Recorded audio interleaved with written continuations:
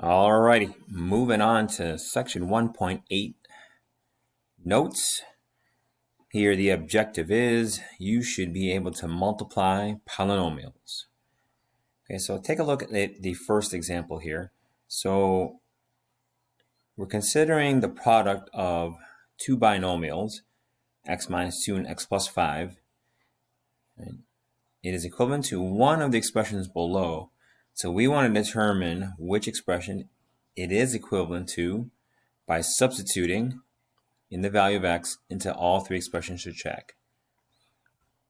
Okay, so what you're doing here in a minute is that you're going to take this value of x and you're going to plug it in to each of the three expressions. You do the same thing with x equals 5. Plug it into all three expressions and to see which two of the three are equivalent. So as you can see by the chart, that the two expressions that are equivalent to each other are, again, the original product, x minus 2 times x plus 5, and this expression, x squared plus 3x minus 10, because they both give you the same values when you plug in their respective values of x. Okay, so again, we said that, right, these two expressions are equivalent to each other. One is in the form of a product, right, multiplication, and the other one is an algebraic expression, a polynomial. Part B is asking us to explain how we can turn that x minus 2 times x plus 5 into an equivalent expression that we've identified. How can we turn this into that? Well, one of the things that we talked about is that anytime we see parentheses in math and anything hanging around outside the parentheses, we think about the distributive property.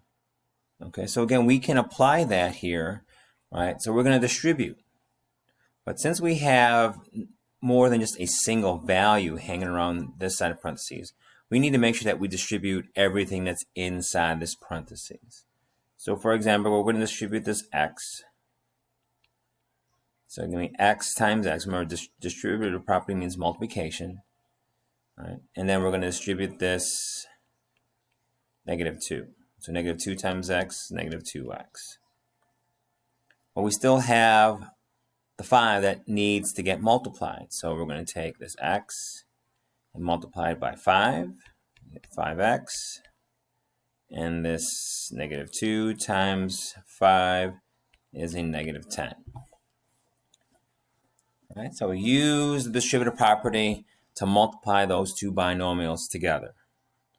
Now, if you take a look at in the middle of all of this work that we have here, we do have like terms.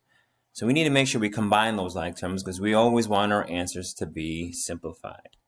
So negative 2x plus 5x is 3x. The rest of this are not like terms, so we cannot combine those. So as you can see, we do end up with what we figured out was an equivalent expression earlier. So I want you to take a look and see what you can do with part C. All right, so again, after doing that distributive property process, all right, we get x squared plus 4x minus 3x minus 12. And then when we combine like terms, we end up with x squared plus 1x minus 12.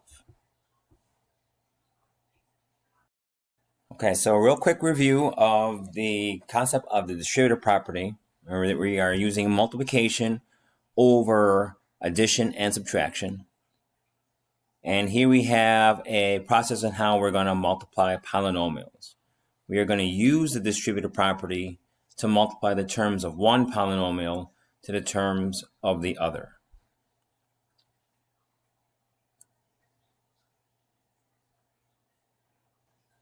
So take a look here, example number 1. Again, we're going to take the terms of this polynomial and we are going to multiply to the terms of the second polynomial. So x times x is x squared. Negative 6 times x, negative 6x. X times negative 7 is negative 7x. And negative 6 times negative 7 is a positive 42. We always want our answer to be simplified, so we're going to combine the like terms here in the middle to get negative 13x. The other two terms are not like terms, so we're going to keep it as is. So we're left with a polynomial, again, written in standard form. Part B, 2x times 4x. Again, we're doing multiplication here, so we need to make sure that we do that properly. 8x squared, negative 3 times 4x, negative 12x. 2x times 2 is 4x. And negative 3 times positive 2 is a negative 6.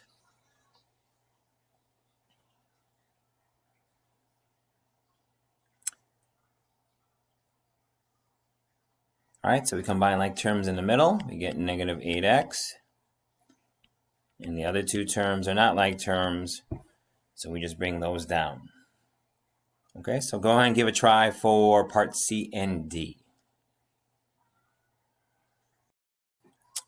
All right, so for part C, you should end up with x squared plus 11x plus 28. For part D, 50x squared minus 40x plus 6.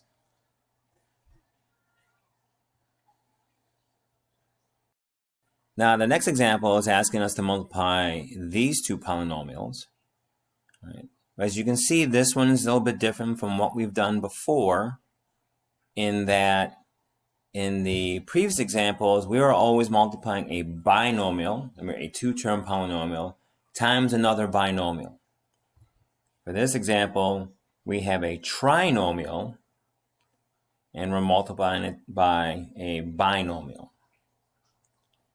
Okay, but the process, the approach, is still the same, right?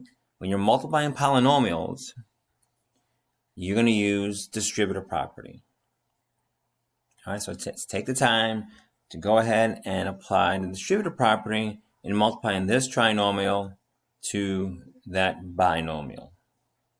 And come back and see what you get. All right, so again, we need to be careful in that when we are multiplying polynomials together and we are using that distributive property, that we distribute everything that needs to be distributed and multiplied throughout. Okay, and the way you can check to see if you did everything is that you notice that when I distribute all these terms from the trinomial to the binomial, I end up with 1, 2, 3, 4, 5, 6 terms. Right?